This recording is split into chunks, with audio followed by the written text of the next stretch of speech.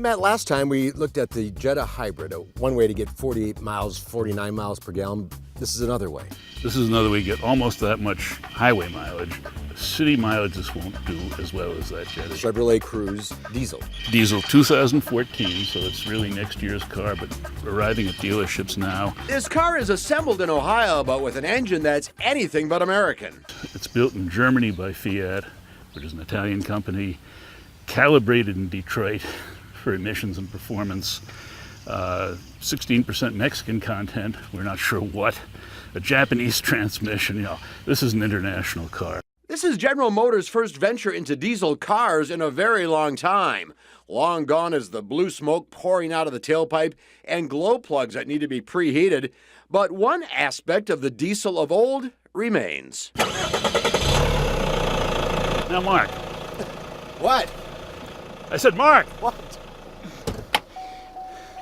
What we're hearing is what pedestrians experience. It's not that noisy inside, but it is noisier than a gasoline engine. And Matt's right. Inside it is pretty quiet and well appointed. You really wouldn't know you were driving a diesel until it comes time to refuel. And that may keep the Cruze Diesel out of your driveway. You've got this one great problem with this car, which is you've got to buy fuel where the diesels go. That's about 60% of the gas stations now. But a lot of them don't have car lanes, so you go into the truck lane and there's inevitably a puddle of the stuff on the ground and you get it on your shoes and then you get it on your rugs and it's really hard to get rid of it. And try to get the smell off your hands. And Matt says until they solve those problems, there's not going to be general acceptance of diesels. The Cruze gets 46 miles a gallon on the highway, but only 27 in town. Hybrids tend to get better mileage in town than on the road. So it comes down to this. If you're looking for a really high mileage car, you have a choice, hybrid or diesel. The answer?